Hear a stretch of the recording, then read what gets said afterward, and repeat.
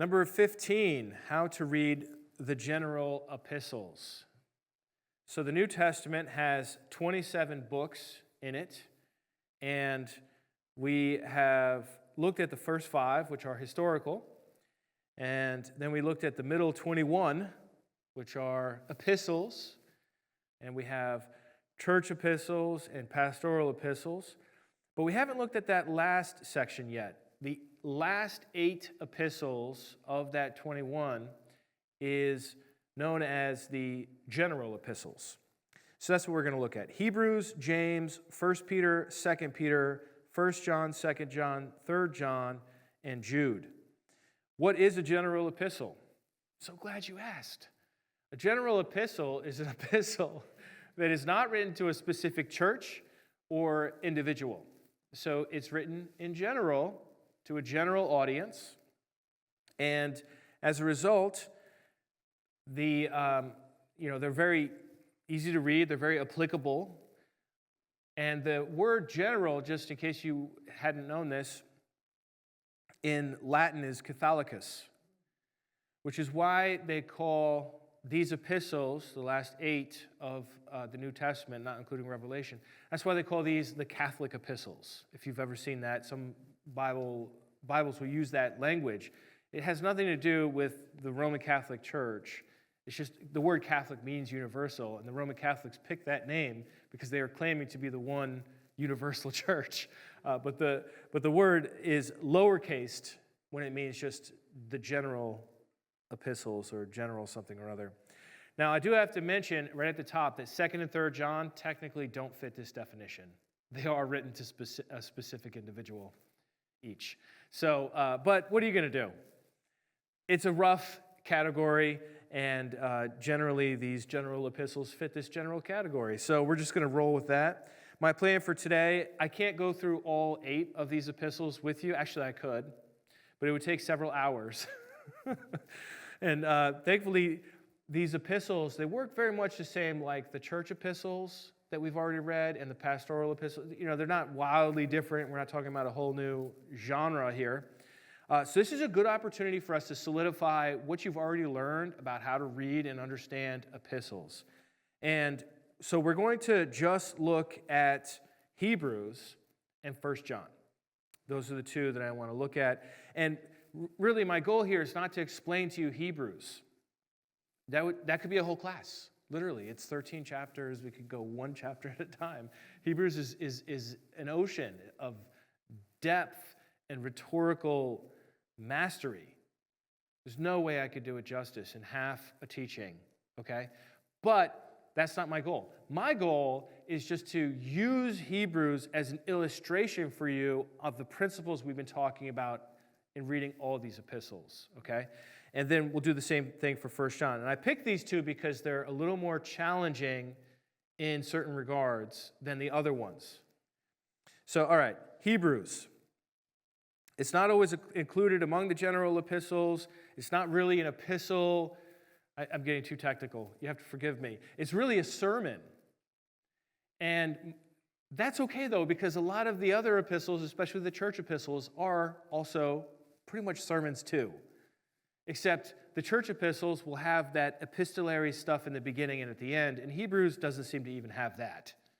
Hebrews just begins. There's no so-and-so to so-and-so, I thank God for making remembrance of you in my prayer. None of that. Just right into the content. So think of Hebrews as a sermon, and I think it'll well illustrate how the other general epistles work, even without some of the similar characteristics in the beginning and the end. So our plan is to look at authorship, audience, occasion, purpose, and mode. This is not information you know prior to reading an epistle. So what I'm telling you is, I'd rather you don't look up this sort of information in a study Bible or Wikipedia or Ask ChatGPT or whatever your AI you prefer. I'd rather that you read the epistle and have these as questions in your mind, something that you're looking for while you're reading. Who's the author? What's the audience? Why is he writing? What's the occasion for writing to these people? and so forth. And by doing that, you keep your mind engaged. You ask these questions. And that's the first time through. First time through, be asking these questions. Then, your second time through, if you've made some progress on these, you'll be able to read it with so much more ease because you at least know the general goal of the writing. And it's not just tiny packets of information. Yes, there are tiny packets of information called verses, right? But they're going somewhere like a river to a destination. So let's talk about authorship first. Who cares who wrote Hebrews? Well, you might ask yourself that question. I don't care. What do I care for? Why does it matter who wrote Hebrews? Well, it may matter or it might not matter. I mean, I think obviously if you believe in the inspiration of Scripture like I do, then what really matters is that God's behind it, right? But if the person who wrote Hebrews also wrote other books, that's relevant because then you can read more, you understand more background information that can inform your reading of Hebrews. So, for example, Luke wrote Luke and Acts.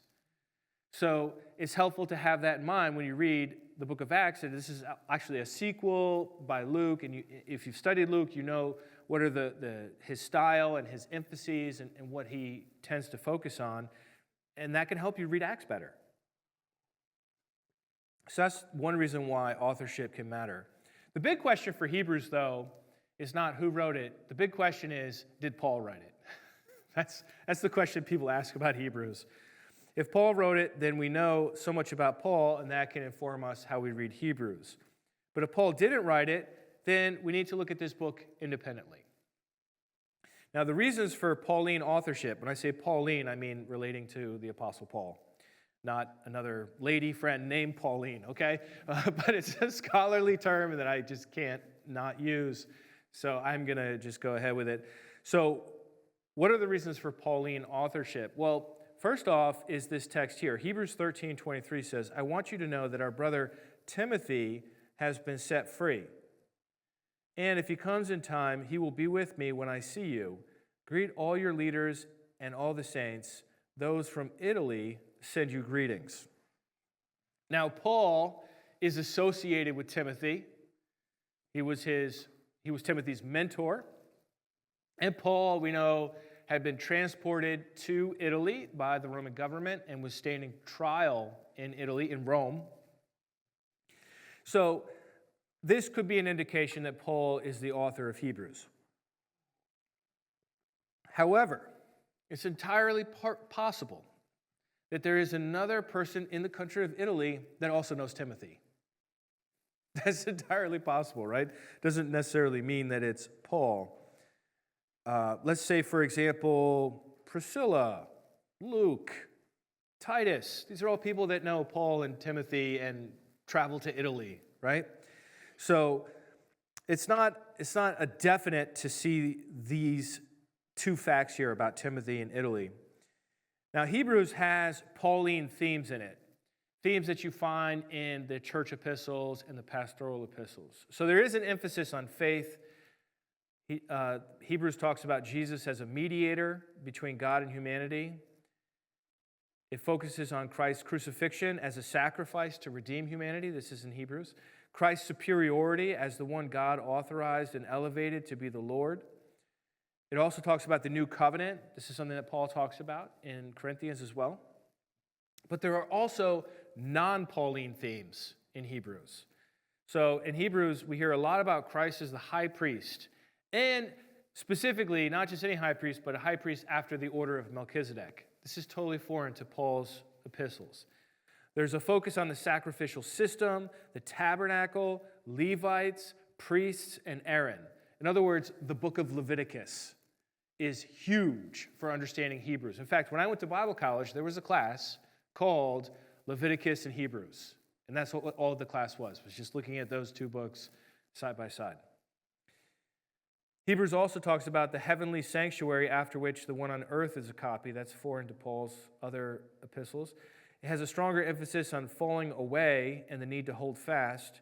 And it has elevated rhetorical eloquence. Now, that's not a theme. That's just an observation. If you, and I don't think you can necessarily see this in English, but if you read this in the Greek, Hebrews is hard in a way that Paul's epistles are not hard. And just for the record, just like in English, the harder it is to understand your language, that means the better you are and more educated you are and more sophisticated you are, right? So yeah, Hebrews Greek is pretty respectable. It's difficult. Whereas Paul's is like it's not just like talking on the street necessarily. I mean, he's got skill, he's got rhetorical skill, but not quite at the level of Hebrews.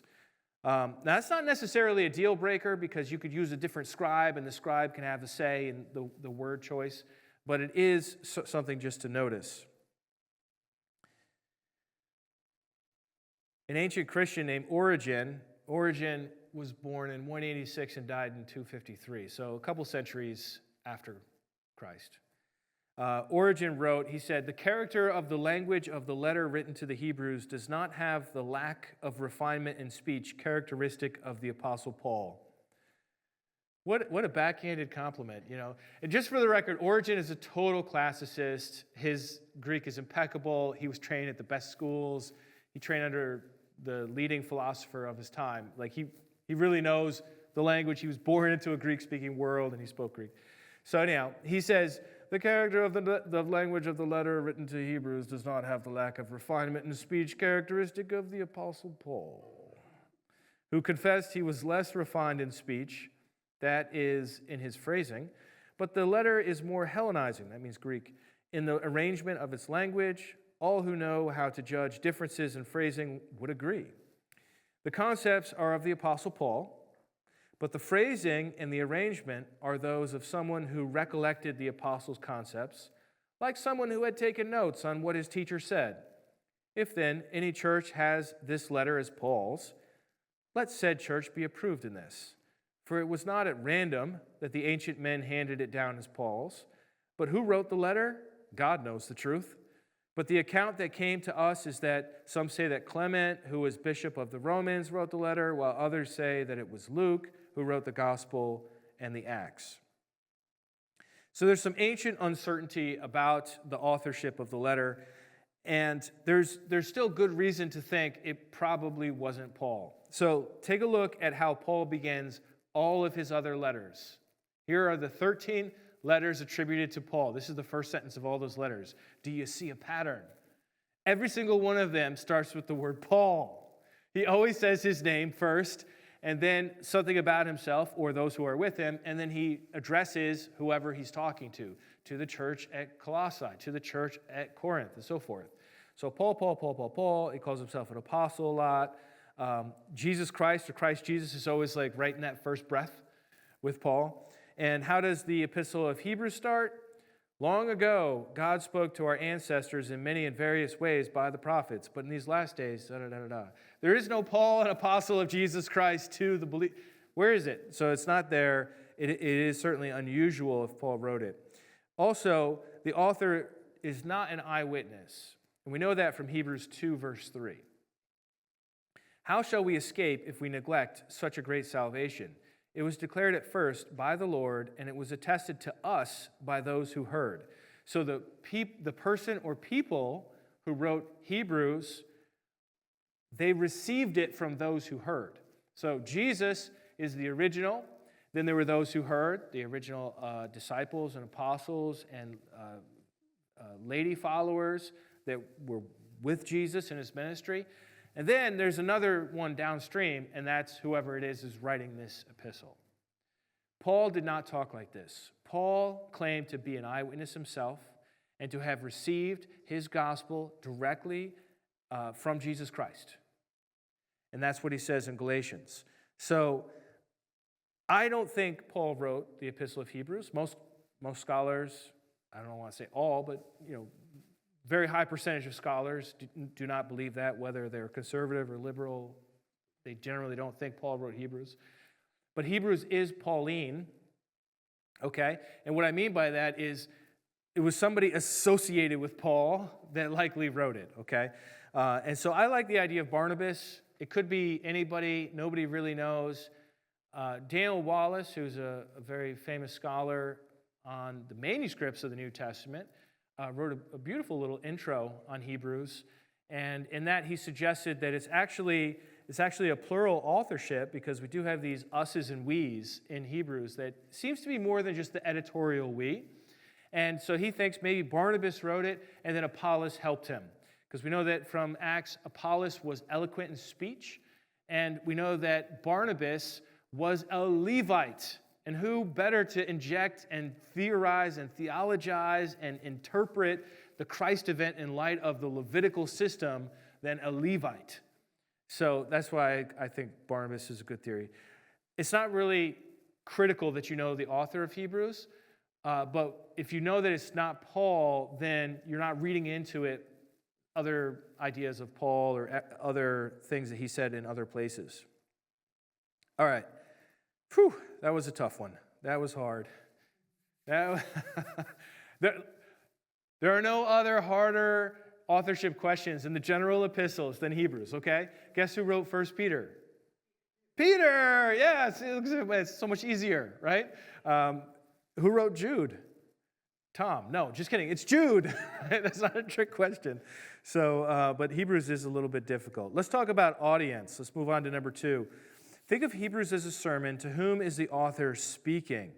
Who were the original recipients? And why is he speaking to them? What's the occasion? There are clues about the situation of who he's writing to, but he doesn't identify his audience in the beginning of the epistle, like we like. Instead, you have to wait pretty much till chapter 10. And in verse 32, you get this. But recall those earlier days when, after you had been enlightened, you endured a hard struggle with sufferings, sometimes being publicly exposed to insults and afflictions, and sometimes becoming partners with those so treated. For you had compassion for those who were in prison, and you cheerfully accepted the plundering of your possessions, knowing that you yourselves possess something better and more lasting. Do not therefore abandon that boldness of yours. It brings a great reward. For you need endurance, so that when you have done the will of God, you may receive what was promised. So what was going on? This is a group. They are Christians. We know that. That's a good starting place. These are Christians. Whereas the Gospels are debated. You could argue that the Gospels are written for non-Christians because they're evangelistic to make them into Christians. Whereas Hebrews is definitely written to Christians. The audience seems to be Jewish, hence the name Hebrews. This is a book that is filled with Old Testament quotations. Over 70 Old Testament quotations and allusions. There's no mention or focus on the Gentiles. Like in most of Paul's epistles, there's this whole controversy about Gentiles. There's none of that here. It's like just focused on very Jewish themes. Levites and Aaron and the sacrificial system, those are distinctly Hebrew ideas and Jewish ideas. And we know that these people had suffered persecution. It doesn't say that they're going through persecution now, because he says, remember the earlier days when after you have been enlightened, you endured a hard struggle. So these are people that have been persecuted, but there is a great anxiety. There's a great anxiety, and it comes throughout all the book of Hebrews, and it's expressed very nicely here in the verse we just read. It says, for you need endurance. So what does that tell you about these people? They're in jeopardy in some way. In some sense or another, there's a danger that they're going to fall away. Otherwise, you don't have to encourage them over and over again. You need endurance. You need endurance to do what? That they may, so that when you have done the will of God, you may receive what was promised. And so when it comes to the audience, Jewish Christians is the general understanding. The occasion, why did he write this? Somehow he found out that there's a danger. There's a danger going on. I don't know if it's, we don't know what the danger was. We just know that the epistle is full of warnings. And those warnings are to hold fast. Look at Hebrews 3:6. Christ, however, was faithful over God's house as a son, and we are his house if we hold firm the boldness and the pride inspired by hope. Hebrews 4:14, since then we have a great high priest who has passed through the heavens, Jesus, the Son of God. Let us hold fast to our confession. Hebrews 10:23, let us hold fast to the confession of our hope without wavering, for he who has promised is faithful. So there's a concern that these people are going to fall away. There are two texts in particular, Hebrews 6 and Hebrews 10, where he specifically warns them about falling away. And if you fall away, there's no bringing you back, is what he says in Hebrews 6 and in Hebrews 10, that if you willfully persist in sin, there's no longer a sacrifice for your sins. So, there's warning after warning after warning. And where is somebody going to go if they fall away from Christianity and they come from a Jewish background? Back to Judaism. They're going to go back to Judaism. Now, look, you have to realize for a moment that in the first century, the Jewish people, and let's just imagine we're outside the land of Israel. We're in, the larger Roman Empire. The Jewish people were well established. They had a deal with the government of the Roman Empire that they did not have to offer sacrifices to the Roman gods or to the Roman Caesar. Why? Because in Jerusalem, they offered a sacrifice on behalf of Caesar. Not to Caesar, but on behalf of Caesar to Yahweh, to their God. So Jewish people had kind of an alliance, an understanding. And the Roman people, they could understand the Jewish people.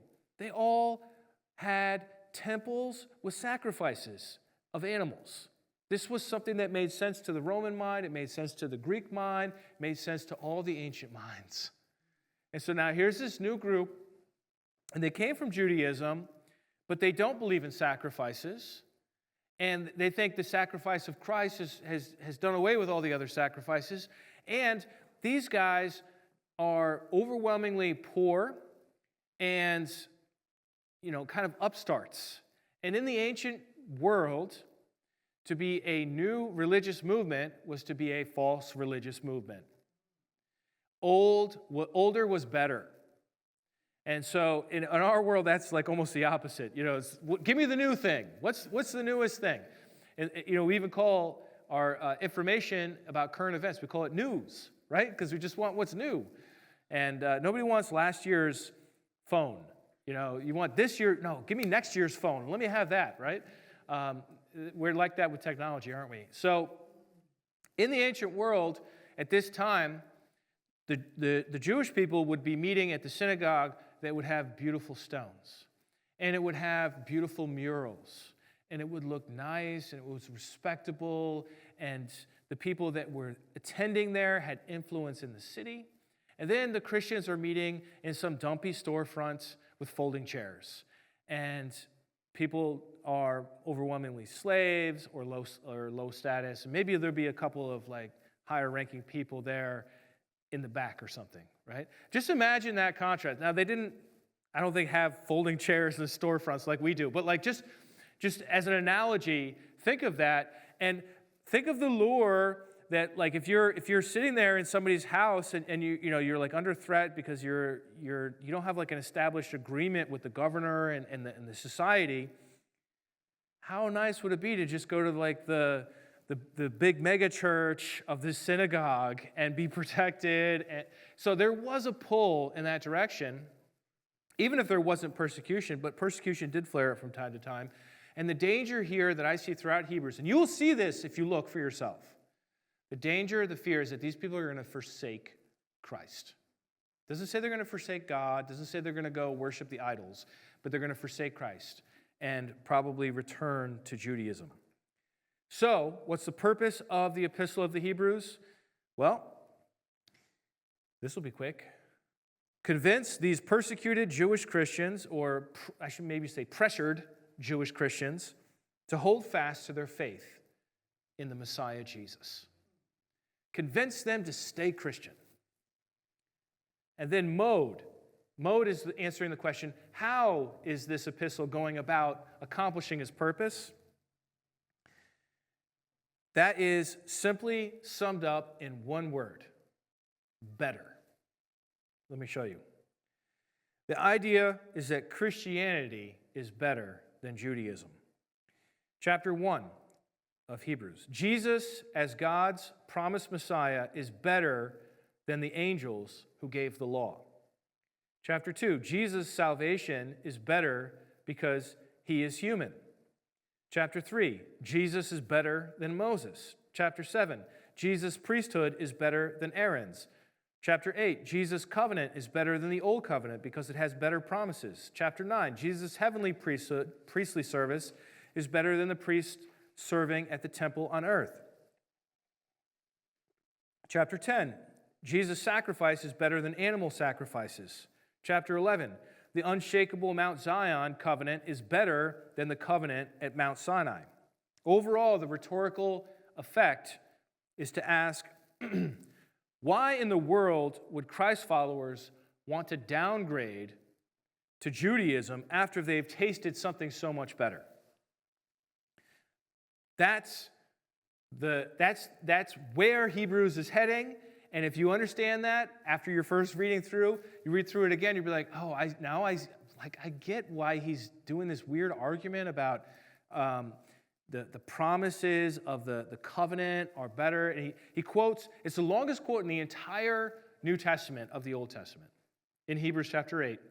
And he says, like half a sentence, and then he moves on. And what does he do? He quotes the New Covenant prophecy from Jeremiah in full, and then he says, because he says New Covenant, the Old Covenant is obsolete. And then he moves on. And the rhetorical effect is that if you're the one hearing this, you're like, well, I know the synagogue's really nice, but like if it's obsolete, do I really want to go there? Maybe I should just stick with my Christian identity, my Christian friends.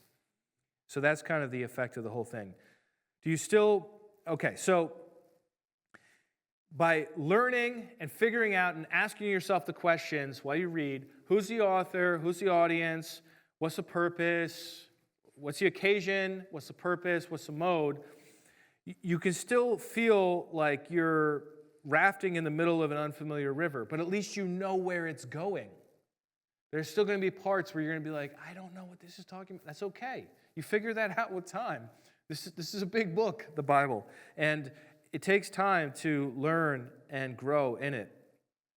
All right, let me go through 1 John, obviously much quicker because we used a lot of time on Hebrews there.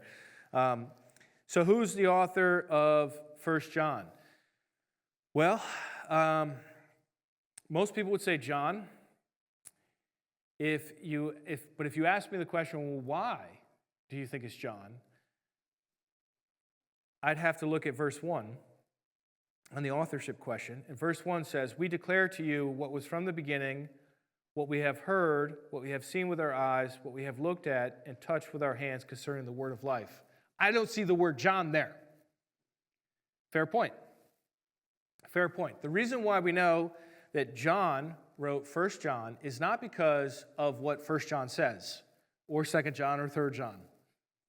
It's because later Christians who were the ones that copied these things and handed them down and protected them, they all identify this letter as written by John. So the letter itself is technically anonymous.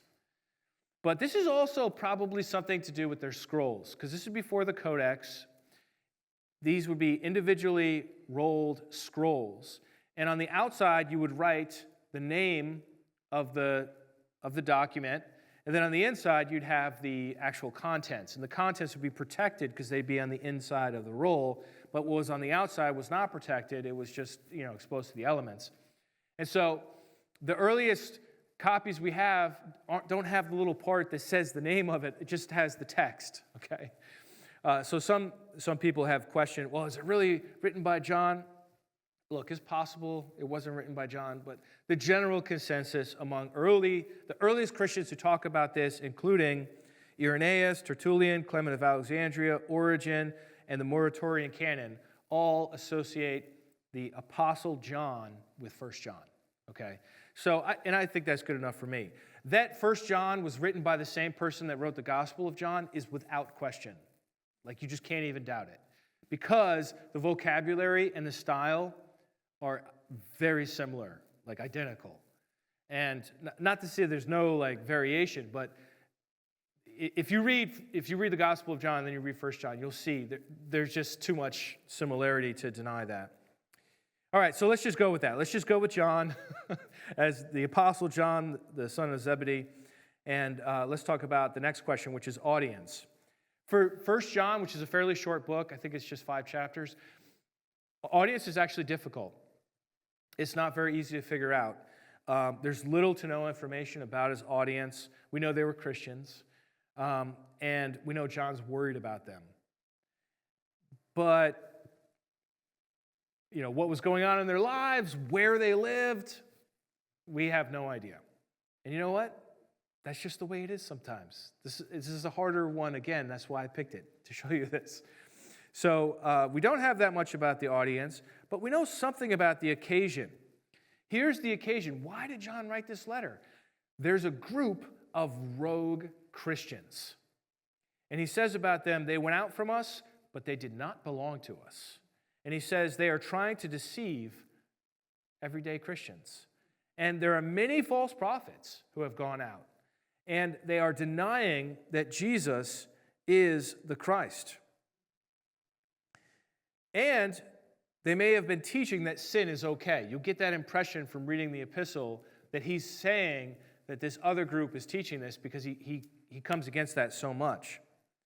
So he's writing to Christians in general. He's warning them of these rogue Christians who are teaching these new ideas, and that is his occasion. His purpose is to equip the readers of this book or the hearers of this book to discern who the false Christians are and to avoid their false teachings.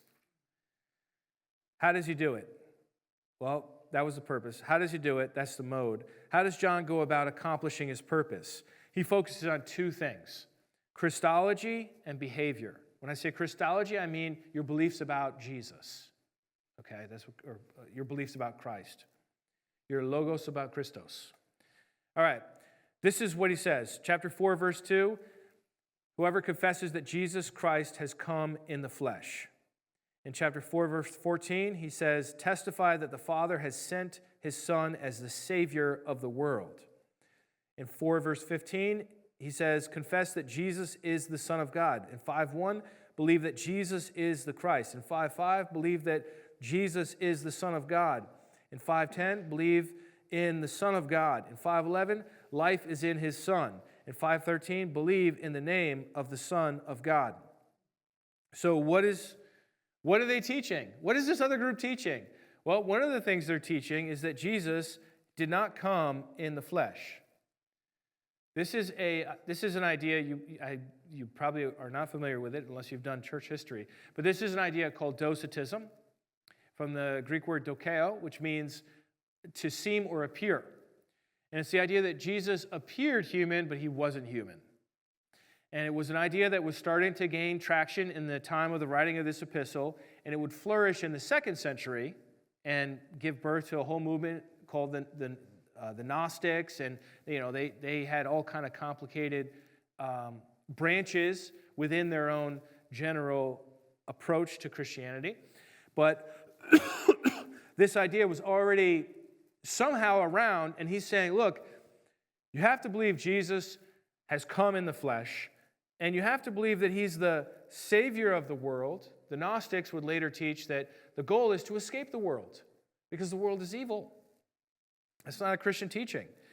And you have to confess that Jesus is the Son of God. Jesus is not just some rando aeon from a higher realm that came down. No, he's the Son of God.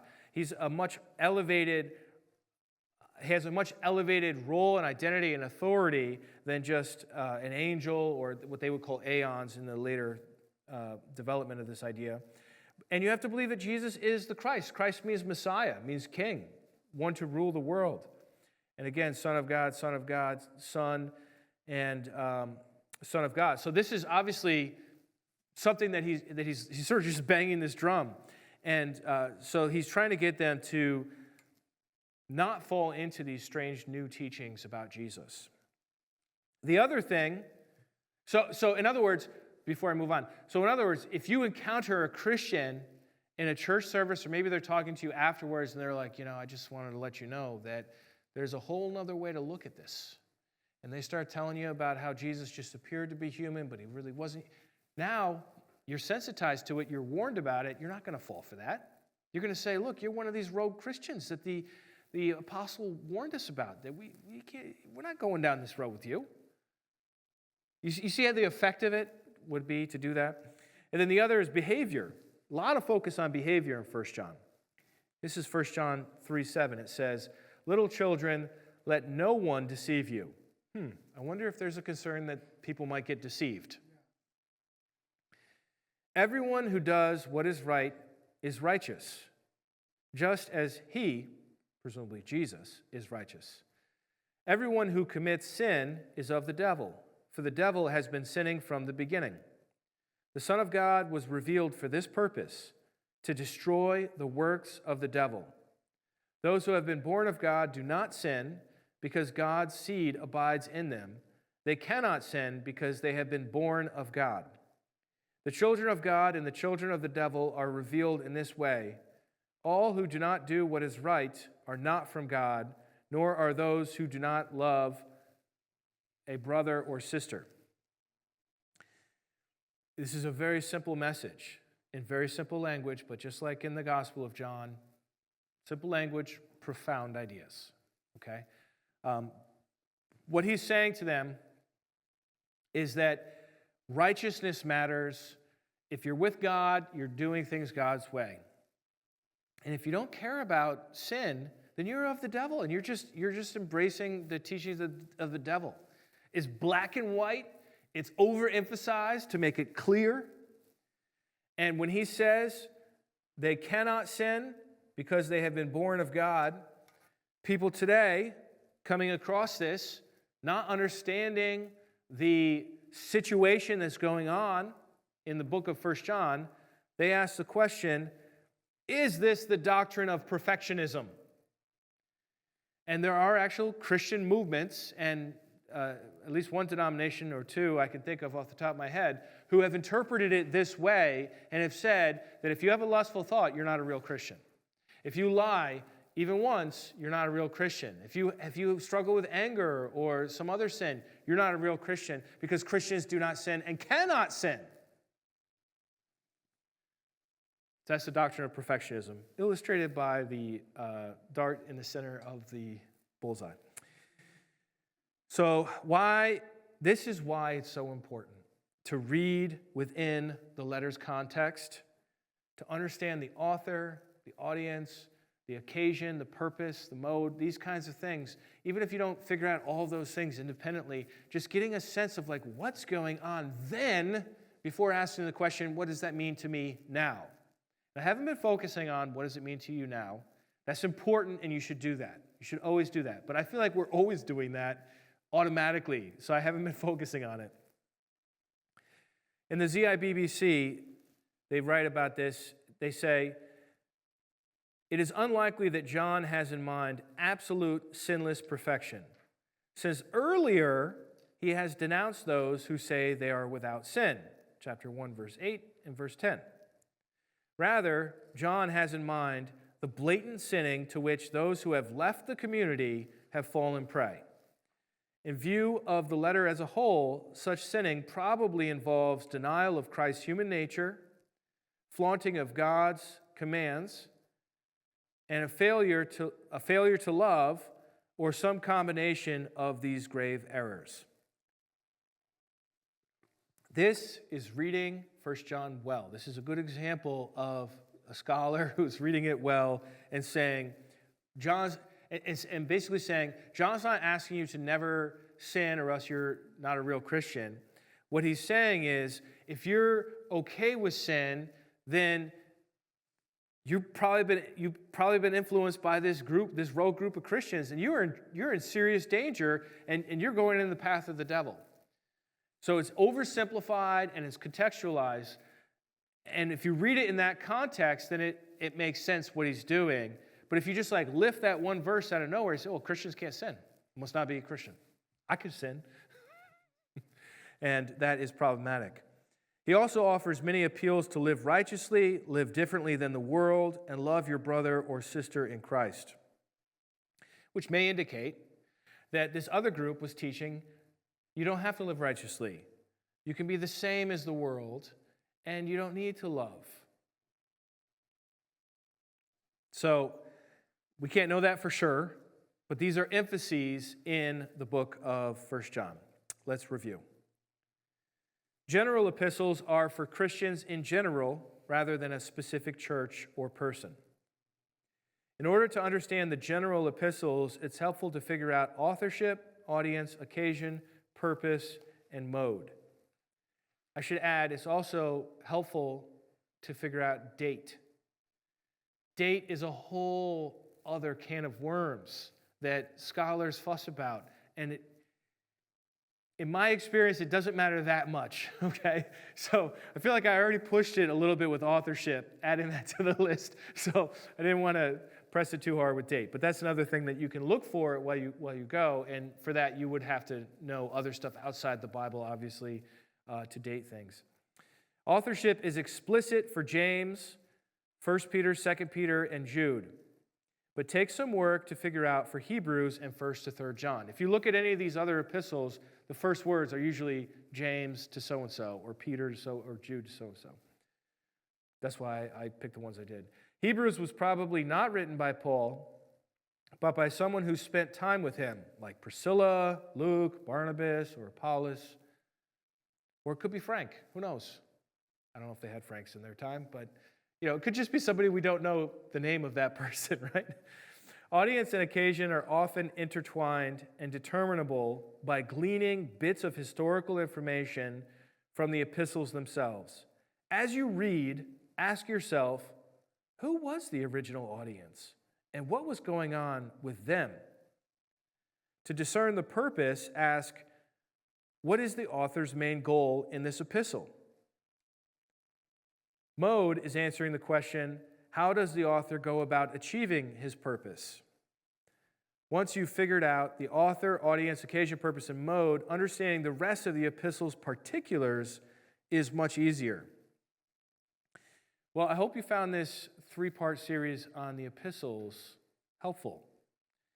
A lot of what I just covered here applies to what we've already looked at, and these can be, let's face it, the most complicated parts of the New Testament, where there's a lot of difficulty in understanding what's really going on, but probably not the most difficult.